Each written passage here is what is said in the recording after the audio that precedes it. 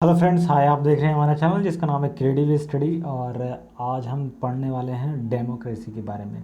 तो देखो यार, डेमोक्रेसी के जो मॉडल्स हैं, बहुत सारे मॉडल्स हैं, जैसे कि लिबरल मॉडल है, सोशलिस्ट मॉडल है and guided democracy. A lot of models are there. देखो, सैमुअल जो था, उन्होंने बहुत सारे आइडिया दिए थे, मतलब वेब्स ऑफ डेमोक्रेसी के बारे में। पहले बताया कि पहले डेमोक्रेसी था, फिर लौट गया, फिर आया। ये पूरे वेव्स जो चल रहे हैं डेमोक्रेसी के बारे में, उन्होंने बताया था कि फर्स्ट डेमोक्रेसी जो था, पहले ओल्डेस्ट डेमोक्रेसी था ब्रिटेन में, फ्रांस में, यूएस में। ठीक है।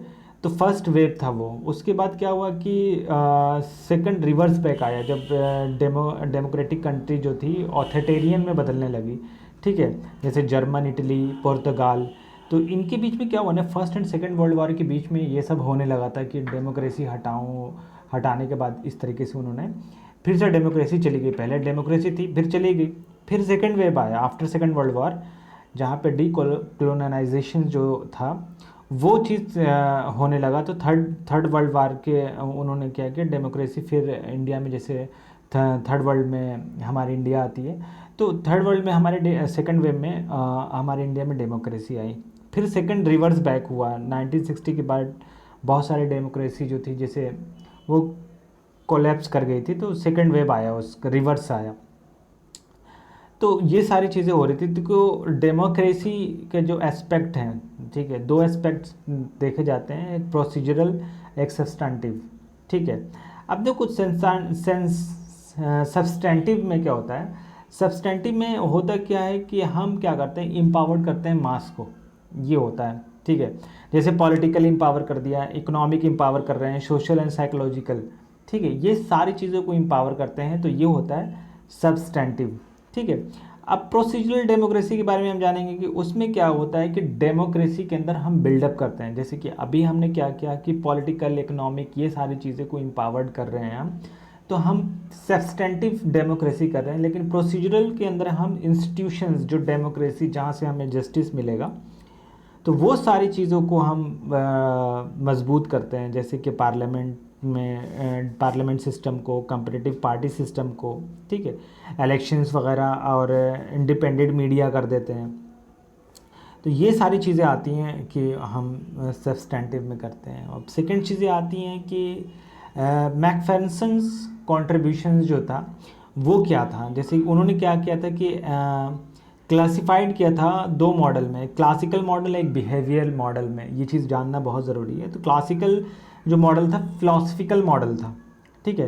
तो ये फिलॉसफी थी, उसके अंदर फिलॉसफी मतलब कि एक थॉट था। अब बिहेवियर में इम्पेरिकल था, जिसके अंदर हम साइंटिफिक मेथड से बात करते हैं। तो यहाँ पे क्या है कि क्लासिकल के दो पार्ट उन्होंने बात में, प्रोटेक्टिव एंड डेवलपमेंट। प्रोटेक्टिव का मतलब कि गवर्नमेंट जो है वो प्रोटेक्शन देगी पीपल को, और डेवलपमेंट के अंदर क्या है कि वो डेवलपमेंट के बारे में करेगी, मतलब कि उनकी पर्सनालिटी, उनकी जो रहने सहने का है वो। लेकिन ये फिलोसफिकल एक थिंकिंग था कि इस तरीके से होनी चाहिए जो क्लासिकल। लेकिन बिहेवियरल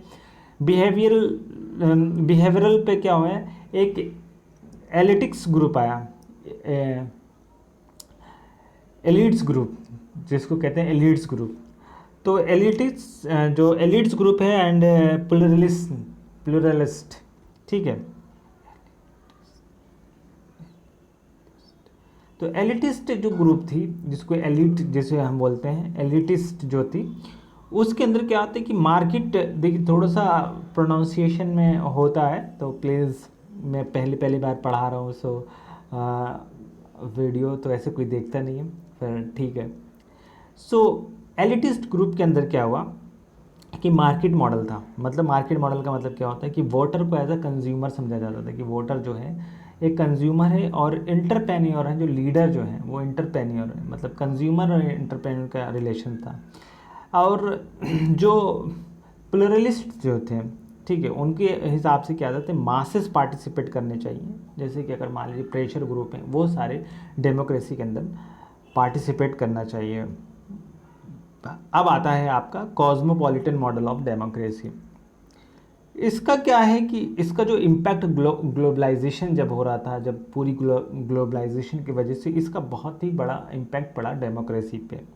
ठीक है। तो मॉडल ऑफ डेमोक्रेसी जो है, बहुत सारे जो मॉडल्स हैं इसके, मतलब representative democracy, participatory democracy and deliberative democracy, ये बहुत ही इंपॉर्टेंट है, तो हम इसको जानेंगे। रिप्रेजेंटेटिव डेमोक्रेसी में क्या होता है कि जैसे कि हमारा एक रिप्रेजेंटेटिव हम चुनते हैं, ठीक है, जैसे एमएलए, एमपी, ये सारी रिप्रेजेंटेटिव डेमोक्रेसी के अंदर हम चुनते हैं। अब इसके अंदर चुनने के लिए बहुत सारे टाइप आते हैं, जैसे इलेक्ट्रल सिस्टम आता है, अब हम इलेक्शंस करवाते हैं, ठीक है। तो इसके अंदर सिंपल मेजोरिटी टाइप आता है, second ballot, alternative roll system, ये सारी चीज़ रिप्रेजेंटेटिव के अंदर आता है हमारे। तो सिंपल मेजोरिटी टाइप्स में जिसको हाँ, ये क्या होता है कि इसमें एक चीज़ होता है, जैसे कि मान लीजिए कि 100% कोई चीज़ है, ठीक है, तो जो विनिंग होगा, जैसे मान लीजिए कि किसी कैंडिडेट को 30% मिल गया वोट, बाकी को 20% मिला, या तीसरे को 25%, 15%, 10%, तो यहाँ पे 30% जो वोट मिला एक बंदे को, तो वो उसको विनिंग मान लेते हैं, लेकिन बाकी 70% लोगों ने उसको वोट नहीं किया था, देख सकते हैं। तो ये थोड़ा सा इसके अंदर ड्रॉबैक था। फिर सेकेंड बैलेट सिस्टम आया कि अगर 15%, 50% से जिसको ज़्यादा मिल जाता है जिस कैंडिडेट को, तो वो विनिंग हो जाता है, लेकिन उसमें सेकेंड राउंड कराया जाता है फिर से, ठीक है। लेकिन अल्टरनेटिव के अंदर क्या हुआ, हमने क्या किया कि सेकंड राउंड से बचने के लिए हमने चॉइस सिस्टम लगा दिया था, ठीक है। उसमें क्या किया कि जैसे आपकी फर्स्ट चॉइस जो है उसको आप कर दीजिए, सेकंड चॉइस पे टिक मार दीजिए, थर्ड चॉइस पे जब हम बैलेट खोलते थे तो हम देखते थे कि किसको कितना चॉइस मिला है। तो वो जैसे मान लीजिए कि 50% वाले को 50% किसी को मिला, एक बंदे को कुछ लोगों ने चॉइस किया, लेकिन फिर उसके बाद हम देखते थे कि सेकंड चॉइस किसको मिली, फिर थर्ड चॉइस किसको मिली। तो इस तरीके से हम अपना रिप्रेजेंटेटिव चुन लेते थे। इसके अंदर अल्टरनेटिव के अंदर हम सेकंड राउंड नहीं कराते हैं। अब आते हैं हमारा प्रोपोर्शनल रिप्रेजेंटेटिव, ये मल्टी मेंबर कॉन्स्टिट्यूंसी होता है। अब इसके अंदर क्या होता है कि सिंगल ट्रांसफ़र वोट सिस्टम होता है, जैसे कोटा, एक जो हमारा कोटा होता है, उस कोटे को हम मान लेते हैं किसी भी जगह की कि इतना कोटा हो किसी भी कैंडिडेट का होगा, ठीक है। लिस्टेड सिस्टम के अंदर क्या होता है कि कोई पार्टी जीतती है, उसके अंदर लिस्ट ऑफ पॉलिटिकल पार्टी, उसके अंदर कोई पार्टी को हम वोट करते हैं, ना कि किसी कैंडिडेट को वोट करते हैं। अब आते हैं पार्टिसिपेटरी डेमोक्रेसी के बाद में। हमने रिप्रेजेंटेटिव से आपको समझ में आ जाना चाहिए कि हमने किसी को रिप्रेजेंटेटिव चुना है। अब यहाँ पे आ जाते हैं पार्टिसिपेटिव डेमोक्रेसी के अंदर direct democracy and party less democracy होता है ये। अब इसके अंदर क्या होता है, चार चीज़ें होती हैं। इनिशिएटिव, पीपल जो है इनिशिएट करेंगे बिल लाने के लिए, ठीक है, बिल जो भी लाएंगे वो पीपल के थ्रू इनिशिएट होगा। फिर उसमें रेफरेंडम होता है, जिसे बिल को गवर्नमेंट देखती है कि हाँ ये बिल ठीक है, क्या है, कैसे एक्ट बना सकते हैं, नहीं बना सकते हैं, ये रेफरेंडम होता है। रिकॉल होता है, रिकॉल का मतलब कि फिर से अगर मान लीजिए कॉल बैक की जाती है रिप्रेजेंटेटिव को। पैलेबलिस्टिक में क्या होता है कि पीपल की ओपिनियन ली जाती है, जैसे कि अभी हमारे जैसे बहुत सारा इशू हुआ था कि आपने जो कश्मीर के इशू पे क्या आपने पीपल की ओपिनियन ली, तो ये होती है वो उसके अंदर कि आप अगर ये हटा रहे हैं या लगा रहे हैं कोई भी रूल्स, तो उसमें आपकी पीपल की ओपिनियन क्या थी, क्या, तो ये प्रॉब्लम आती है। तो ये है। अब डेलिब्रेटिव डेमोक्रेसी के अंदर क्या होता है कि डेलिब्रेटिव डेमोक्रेसी जो है वो, जैसे अमर्त्य सेन ने कहा कि पब्लिक रीजनिंग जो है, पब्लिक रीजनिंग है गुड गवर्नेंस के लिए। मतलब क्या हुआ है, डेमोक्रेसी के अंदर जो ट्रेनी ऑफ मेजोरिटी के बारे में बात की उन्होंने, डेलिब्रेटिव की, इसके बारे में हम पूरे अच्छे से जानेंगे। तो थ्योरी ऑफ डेमोक्रेसी के बारे में हम बात करते हैं। तो थ्योरी ऑफ डेमोक्रेसी जो हमने आपको बता दिया कि there are the multiple model of democracy थी, ठीक है, जैसे लिबरल मॉडल थी, सोशलिस्ट मॉडल थी, गाइडेड मॉडल थी, बेसिक डेमोक्रेसी थी। अब सैमुअल पी जो थे हॉन्टिंगटन्स, ठीक है, आइडिया ऑफ वेव्स उन्होंने दिया था, जो मैं आपको बता चुका हूँ। मीनिंग ऑफ डेमोक्रेसी बताया कि एम्पावरमेंट ऑफ मासेस को कहते हैं meaning of democracy.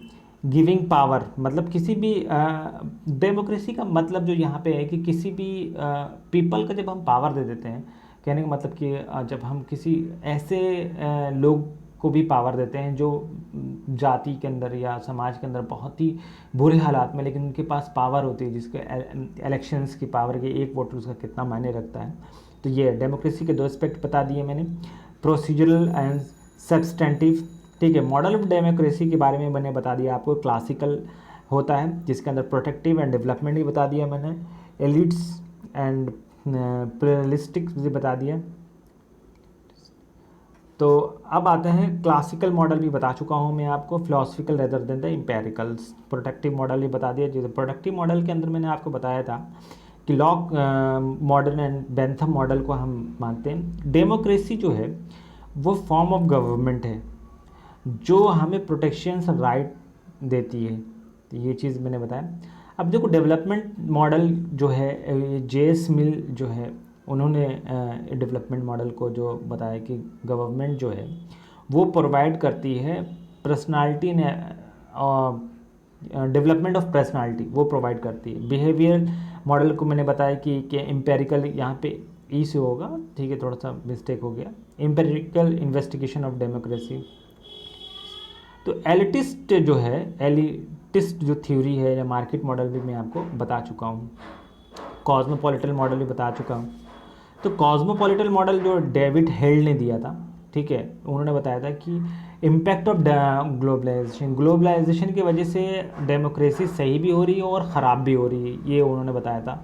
Long term में अगर हम देखें तो वर्ल्ड जो गवर्नमेंट है एंड वर्ल्ड ग्लोबल पार्लियामेंट है, ठीक है, ये चीज़ का फॉर्मेशन होना चाहिए जो हमारे डेमोक्रेसी को बचा सके। जो मतलब लॉन्ग टर्म में वर्ल्ड गवर्नमेंट या वर्ल्ड ग्लोबल पार्लियामेंट होना चाहिए। अगर किसी भी स्टेट के अंदर कोई भी प्रॉब्लम आ रही है तो उसको वो बचा सके।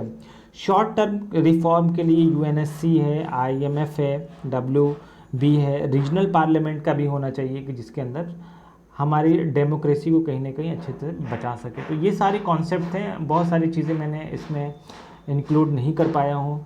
सो कि अभी मैं ज़्यादा पढ़ा भी नहीं सकता, कहीं से आवाज़ आ रही है। तब तक के लिए अपना ख्याल रखें। Take care, bye bye, have a nice day.